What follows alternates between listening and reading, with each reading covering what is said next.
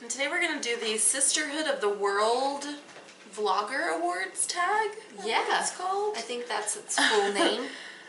We were tagged twice in this, actually. Yes, we were tagged by Stephanie at Time to Read and Acacia Ives. So, because we're lazy, we're going to answer both of their sets of questions in this video, and then we have one set of questions that we can. Yes. Yeah, so the concept of the tag is that you answer, whoever tags you, you answer their 10 questions, and then you come up with 10 questions of your own, and whoever you tag answers your 10 questions. Yes, that is how that works. Yes. And we're going to be drinking this Black Betty. Bam-a-lam. Bam-a-lam. I can't say Black Betty without going bam-a-lam. Bam-a-lam. Every And time. this is from Nebraska Brewing Company, and it's their Barrel-Aged Reserve Series. Yes. It is an Imperial Stout. And my boyfriend says this is like the best stout ever. So, It's high we praise. shall see. Do we have a bottle opener around here? There's one right there. There's one right here. Let's try it out. My husband made me bottle cap Plinko for my birthday. So there's a bottle opener up in here. I don't know if I can do it at this angle. It's a weird angle. And you have to like, tip Okay, it all the way up. Can we turn it? There we go. Oh, is it gonna spill? Oh, and there it went. And there it went. Bottle cap Plinko. There's the opener up here, and then it just goes down into the thing and lands in one of those little compartments. Yeah. This smells good. I'm ready. Pour it. Ready for it. All right. All right. This is a Oh lot. dear. A lot of beer. It is. This was like a $18 bottle of beer. Jesus also. Christ. So it's a little pricey, but I wanted to try it. So cheers. It better be good. Better be delicious.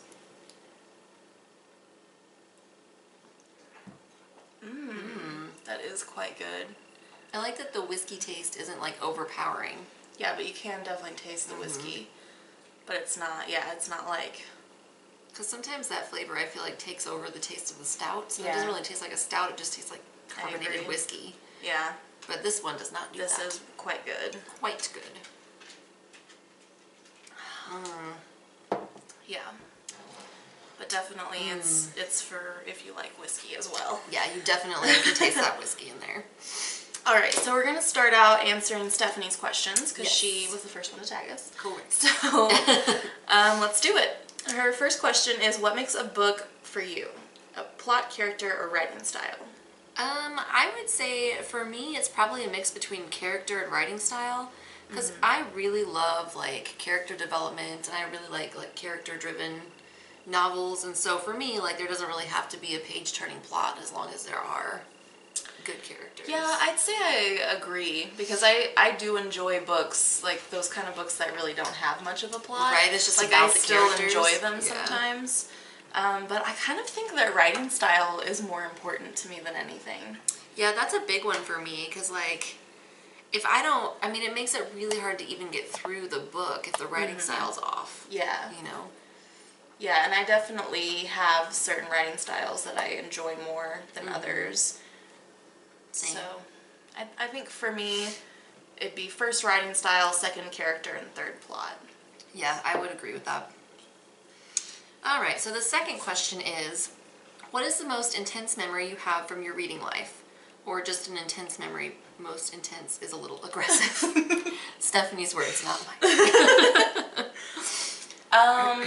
Let's see. Most intense memory I have from my reading life. I did have a dream once. I don't dream about books very often, but when I was a kid, I had a dream about The Magician's Nephew Oh, really? by C.S. Lewis. That's Yeah. funny. I dreamt that those rings, because they had like rings that would take them to the different worlds, and I dreamt that like I had those in my barn, Oh, that's funny. and we could like go down there and Travel wherever. yeah. So that was kind of an intense memory. I also remember reading when I was in high school maybe middle school. I was in high school at the time because I was like a freshman in high school. I had to ride the school bus for like over an hour. And so I would read on the bus a lot, and I remember reading Cane River, and that was just an intense book, and I remember like crying on the bus when I was reading that book. That's I don't know. I don't know what mine is. I would say I was a pretty good kid. I never really got in trouble in school, but I did get in trouble in, I think it was my 6th grade English class, because we would have like quiet time during class, and it was, you could work on your homework, and if you were done with your homework, then you could read. I would skip the homework part and just read, and then do my homework later. Yeah. Because I just wanted to read. So, I remember I got in trouble. That was one of the very few times, like, in school that I actually got in trouble. My teacher was super, like, she was kind of known for being a bitch anyway, and so she was super bitchy about it, but... Get in trouble for reading Maybe it was 5th or 6th grade. I don't remember it. I don't even remember the teacher's name. All right, question 3. What is your favorite translated work? Probably The Shadow of the Wind by Carlos Ruiz Zafón. It was translated from Spanish. He's a Spanish author from Barcelona. Mine's probably The Count of Monte Cristo. Oh, that's a good one too. Yeah, translated from French. And I also recently learned that Alexander Dumas was a person of color.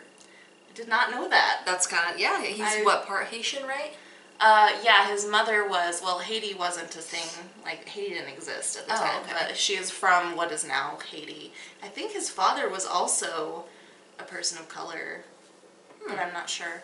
That's interesting. Yeah, because I was looking at one of the Read Harder challenges is to read a book read a classic by a person of color, and I was looking at like Read Harder. The book right's been putting out lists of like suggestions, and I was looking at their list, and The Count of Monte Cristo was on it, and I was like, what? Yeah, I didn't know that until you told me. So yeah. I also really like We by Yevgeny Zamyatin. That was translated from Russian. I need to read that. Number 4 is name a character from a book that you really relate to. For me, probably Kath from Fangirl, my Rainbow Rowell. Yeah. I was kind of like, this is probably sad because I think I read that book like 2 years ago or something. So I was like 27. And it wasn't until I was reading that I kind of realized how bad my social anxiety was. Really? Because I just thought that I was normal. I mean, I am normal, but you know, I thought that like everybody did these things. I mean, I guess I knew that not everyone did some of them, but there was some things that Kath did in the book that were like supposed to be like absolutely ridiculous that she did because she had such bad social anxiety, and I was like, I did the same thing when I was in college. I did those exact same things. That's funny. So yeah, I didn't really like. I don't write fan fiction like she does, but everything else, like all of her other behavior, I was like, yeah, that's me. That's me. That's me. I don't know that I really have an answer for this one. Maybe Luna Lovegood a little bit, just because she's like smart and weird and does her own thing, and she always like, I feel like she knows what she's talking about, but people don't always take her seriously because she's weird. Yeah. And I think like I kind of have that sometimes, because like I have blue hair and I cuss a lot, and so people often don't take me that, and I'm pretty quiet. Yeah, so I can see that. Yeah, I think that I also relate a little bit to like both her and Hermione in different ways, because like I was always kind of a nerd like Hermione, but I wasn't the kid who was like, I know the answer. I never did that because I was too shy. Like, I would never have done that. But I would have been like, let's go to the library. Let's do that. Yeah, I can see that. But yeah, I think like just in the way that, you know, she's underestimated because she's weird, and I think that I have that also. All right. Question 5. Can you share your favorite meal with us and maybe link a recipe? I don't know that I necessarily have a favorite meal. I love potatoes. Pretty much like any way that they're cooked. I just love potatoes. I don't know what my favorite meal is either. I love pizza, and like Pizza Hut's my favorite. I love Pizza Hut. Actually, Old Chicago's my favorite. Old Chicago's good. But for like delivery pizza, Pizza Hut. But like as far as homemade meals, lately I've really been craving beans and cornbread. Oh, really? My mom always made beans and cornbread. I don't know if I really have a recipe that I could link though. No. I cook baked potatoes in the microwave. So you just, you know, Poke microwave holes in them. it and stick it in the microwave. Easy. Don't forget the holes though. Yeah, because it'll... Don't want it to explode. Nope. All right. Do you have any strange bookish quirks? I don't know. Sometimes I read out loud. But it's mostly... Sometimes I do it just because I feel like it.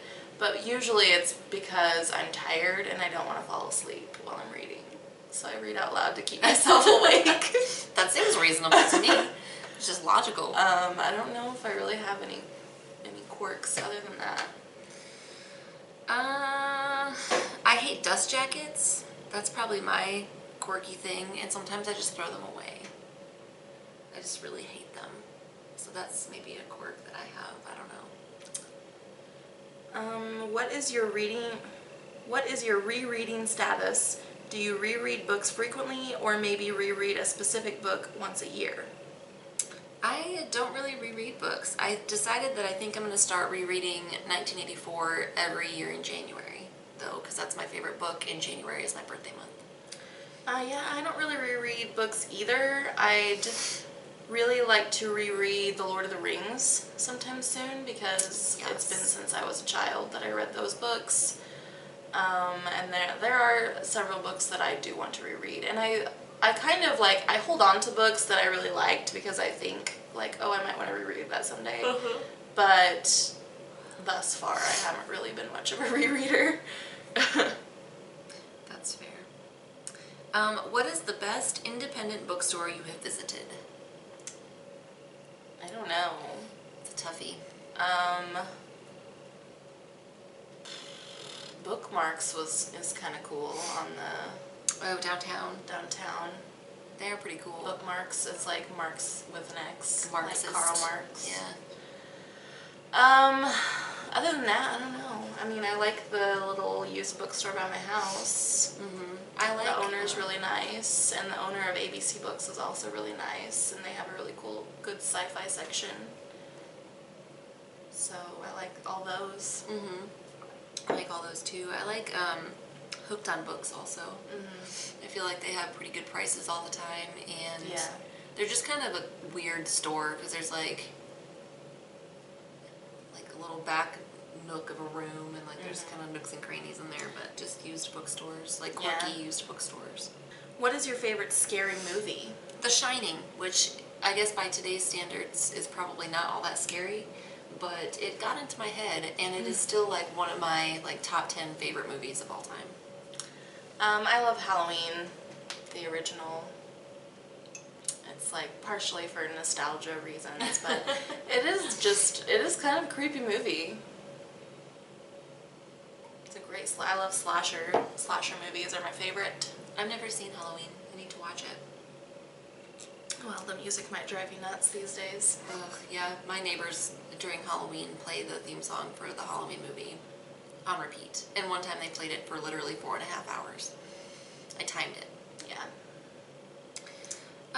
Okay, so not really a question, but if you can, please share footage of a possible cat or dog situation you have. Yeah, we'll put some footage in of our cats and dogs. Of all of our animals. Doing some stuff. We have a menagerie between the two of us. We do. We have 5 animals between the two of us. 2 cats and 3 dogs. Yep. Yeah, we'll share some of that. You already saw Murphy up here a few yeah, minutes just ago. now. Yeah. Yeah. And we've both done the Furry Friends tag as well. Yeah. So we can link that. we can link those below if you want to see more about our pets. Our animals. This is the dog and cat situation I have. There's my sweet little angel boy sleeping in his bed. Caligula. Caligula. He doesn't like cameras in his face. And then I got up for 5 seconds to get another cup of coffee, and this bitch stole my chair. Every single time she steals my chair, I'm just gonna move you. Here is part of my current dog situation. This is Murphy.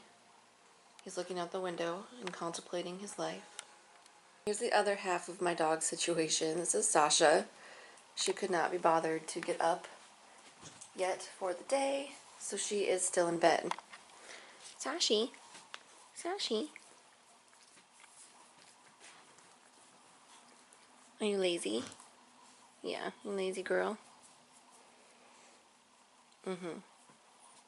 Lazy girl. Stella, what are you doing? Why are you yelling at me? Okay, but you've already been fed this morning. You have. Why are you lying? So this is my cat situation. She is just yelling at me. Alright, so now we're moving on to Acacia's questions. Yes. And the first one is, what side character would you want an entire book about? I was thinking the library at Mount Char is about 12 orphans, and they each study a catalog of knowledge.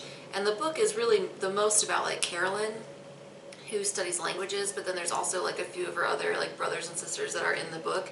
I would have liked to have seen a book for each one of the 12 catalogs. Oh, that would be cool. Yeah, I thought that would be really neat, and then have the library at Mount Char kind of tie them all together.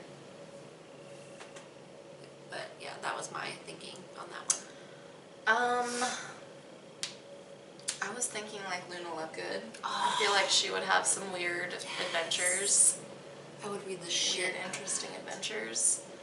So her, I'm trying to think if there's anyone else.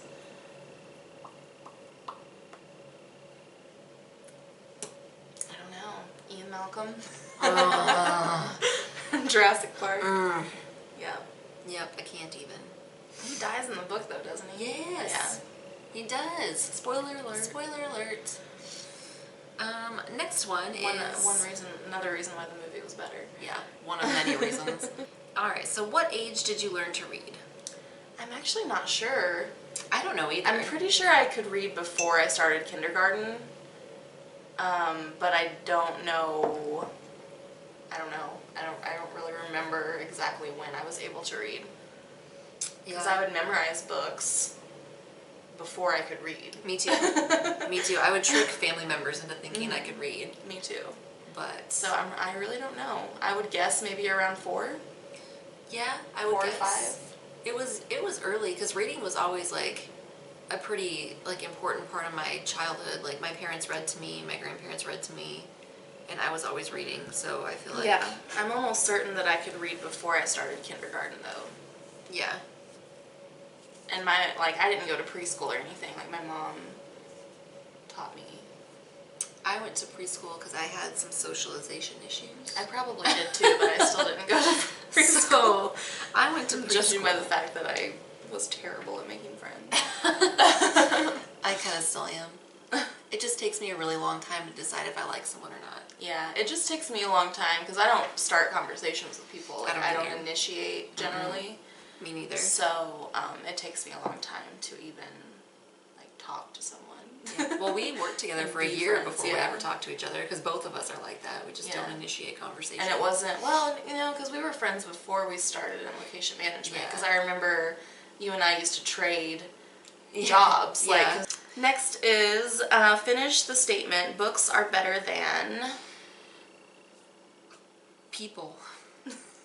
A lot of things are better than people. Social interaction. Books are better than TV, I think. I would agree, yeah. In my opinion. Books are better than a lot of things. It's true. Yeah.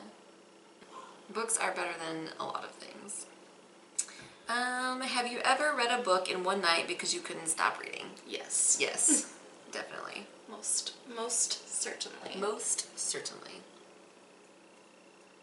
I don't know what book. I know I read Fahrenheit 451 in one sitting, which that's not a super long book, but still. And I read most of The Shock of the Fall. Like, I read that. I was up very late reading that book. Oh, that book is so good.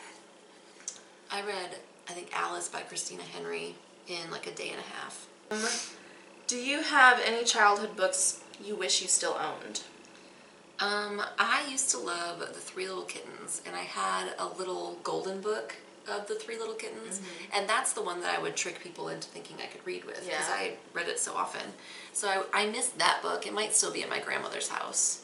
I'm not sure. I actually think that I still have most of the books I cared about as a kid. My mom kept them, and I have, because I have my book I tricked people into thinking I could read with was a little golden book version of The Owl and the Pussycat. And I still have that. I still have Into the Land of the Unicorns, which was one of my favorites as a kid. I still have Bruce Cobble's Book of Monsters. I just recently, my mom found The Stinky Cheese Man and Other Fairly Stupid Tales. That was one of my favorites as a kid, and I thought that it was lost because we couldn't find it, but my mom found it and just recently gave that to me. Nice. So I have that now too. So I pretty much have all of them, I think. That's awesome. Question 6 is, what author would you leave alone on an island? You've stranded them, they're stuck and alone. I would do this with George R.R. Martin, but there's a couple of caveats to that. First of all, I would strand him there with his computer so that he could finish the goddamn series. And also, he kills all the characters I like, and he deserves this. He asked for this. He said, Megan, please strand me alone on an island. He asked for this. He did. Who would I strand alone on an island? I don't know. I'm trying to think of someone I really hate. I mean, I really hated that Fred Venturini book, but I don't know if he's written anything else. Yeah. And he seems like a real dude bro. Sounds like, from what you said about the book, he sounds like a dude bro. I don't know. I feel lame, but I don't know if I have an answer. Can't think of like a popular author that I really hate. Oh, was James Patterson? James Patterson. Fuck that guy. Your books aren't good, and you just put your name on any old shit. Trying to make that money. Yeah, he's got YA books now. He's got like a YA series. He's got like 6 ghostwriters, and all that he does is just like uses his name to sell books. Well, in a lot of books, it'll be like written, the author will be like James Patterson and John so-and-so. Right. And it's like so-and-so wrote it. You just threw James your name on it. Patterson's name is just on it to make sell money it. because people will buy James Patterson books. For some reason. For some reason. The 2 books I've read by him were not good. You know who else? Danielle Steele. Yes, that your bitch. Fucking books. That's another bitch. That's another bitch. She likes to torture her characters. Well, I've only read the 1 book by her, but it was awful. I hated it. Well, so, what makes you DNF a book? Well, I don't really DNF books. I don't know. I know a lot of people are like, why would you waste your time reading a book you don't like? But I think I just always hold hope in my heart that it will get better. Yeah.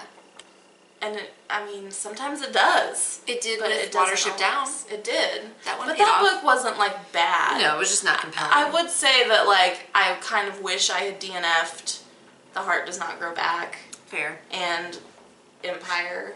Fair. But those both, I don't really even regret finishing them that much because they were such quick, easy reads that I was like, nah. I kind of feel like that about Bad Marie.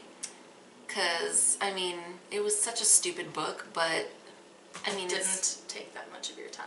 No, it took a day. Like, I read it in a day and, like, in a few hours, and it's good conversation fodder. Like, it's fun to make fun of. I feel like I would DNF a book if it was a very large book and it was just awful. Like, the writing was terrible, and there was, like, it had no redeeming qualities. Yeah. And it would take a fair amount of my time to read it. Then I would say, fuck this book. That's fair. I would agree with that. Question 8 is, can you judge a book on the first sentence? I would say maybe sometimes, but Yeah. not always. Like, I think sometimes the first sentence can be like a good insight into the author's writing style, or like, okay, this is the foot we're stepping out on. And I think that can be an indicator, but I don't think always you can. Yeah. I think if you read the first sentence and you're like, already like, the What fuck? now? Like, then maybe. Yeah. Then maybe, yeah. Yeah. I don't remember the first sentences of any of the books that I've read that have been terrible. I don't either. But that would probably just be confirmation bias at this point. Yeah. I mean, the only first sentence of a book that I know is the one that everyone knows. Call Me Ishmael. Yeah. And I haven't even read that book. I don't remember first sentences. Okay. So when do you like to read? Usually, actually, I kind of like reading in the morning. I don't always wake up in time to sit and relax and read before I have to work. But when I do, I enjoy doing that. And also on the weekends, I'll often like get up and read a while before I get around and do stuff. So I kind of prefer to read in the morning, but a lot of times I do end up reading in the evening more because I don't wake up in time to read. More time to do it in the evening. Yeah, but in the evenings there's like more risk of me like drifting off and falling asleep, so. Oh, that's fair. Yeah.